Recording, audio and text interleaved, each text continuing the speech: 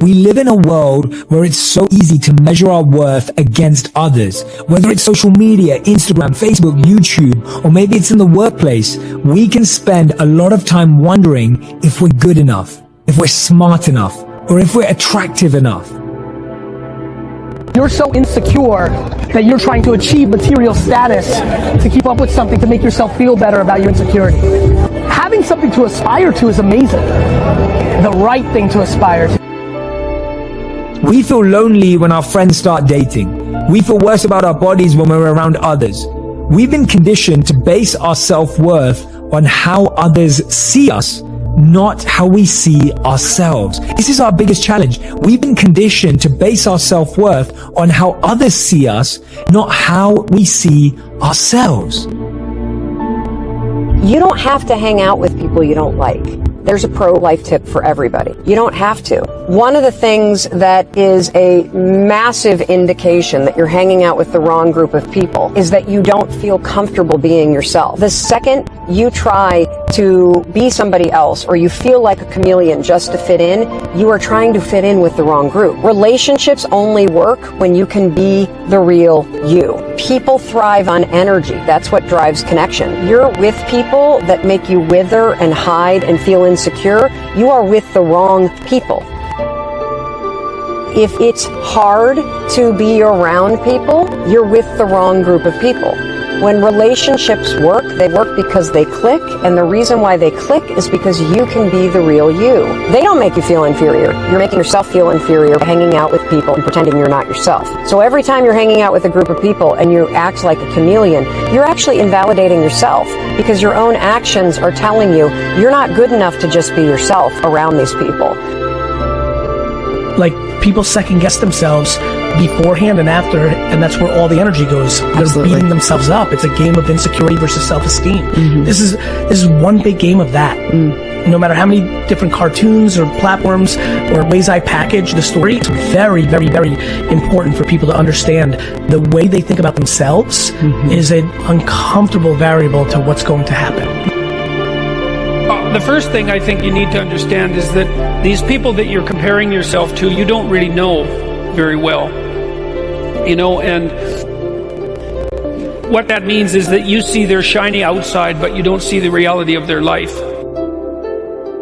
The ideal that you're observing that makes you jealous and resentful is in large part an illusion that's created by your own mind. You really have to stop comparing yourself in some ways to other people. And the reason for that is that the particularities of your life are so idiosyncratic that there isn't anyone really all that much like you, because the details of your life happen to matter. And so maybe you compare yourself to some rock star or something like that, and the person's rich and famous and glamorous and all that, but they're alcoholic and they use too much cocaine and they've had 3 divorces, and it's like, how the hell do you make sense out of that? Is that someone that you should judge yourself harshly against or not? The answer is you don't know, because you don't know all the details of their lives. And who do you know that you can compare yourself to? That's easy. You.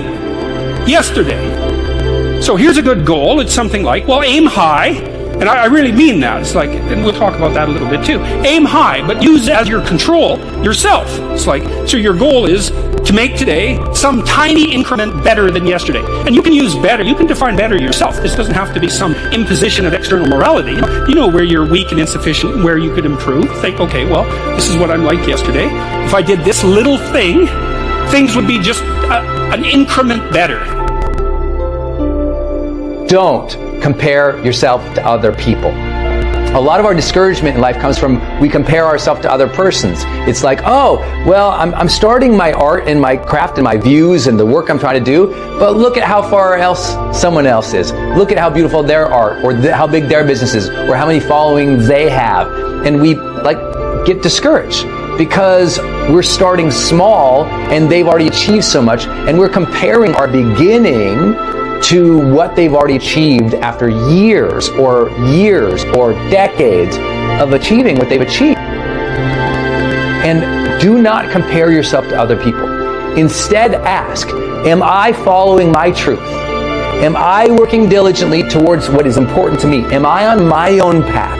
Am I staying consistent to what is important to me and what I believe in and what makes me feel alive? Do what makes you feel alive, not what makes you compare with other people, not what makes you feel like you're measuring up to anybody else. You got to walk your own path.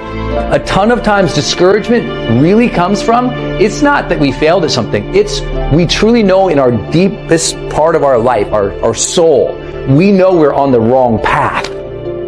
That's where like perennial discouragement comes from, where it's just like year over year we're discouraged with our life. We're not on our path. We are not constantly pursuing the things that are true to us, that make us feel like we have a sense of personal freedom. You know, there's things that are like, that's my thing.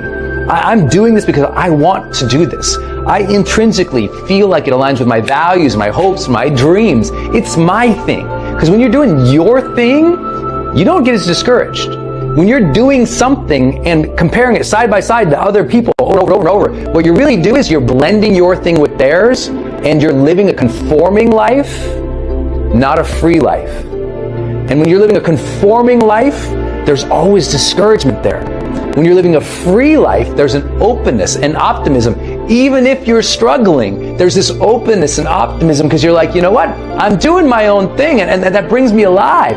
And that aliveness dampens down or knocks out that discouragement. Life is not a race. I'm sure you've heard that cheesy quote about life being a journey. Well, it's absolutely true. You're not racing anywhere. So slow down. Stop looking around at what everyone else is doing and focus on where you are and what's important to you. We spend so much time comparing ourselves to other people because we're not focusing on ourselves. When we try and do things with a deep intention, so much can happen. Define what success and happiness mean to you. And I divide success and happiness across these 5 sections. Define what success means to you physically. Define what success means to you financially. Define what success means to you mentally. Define what success means to you emotionally. And define what success means to you spiritually. If you don't define what success means to you, you'll be forced to use the definition of others. Be you, because it's the only shot you got at beating somebody else.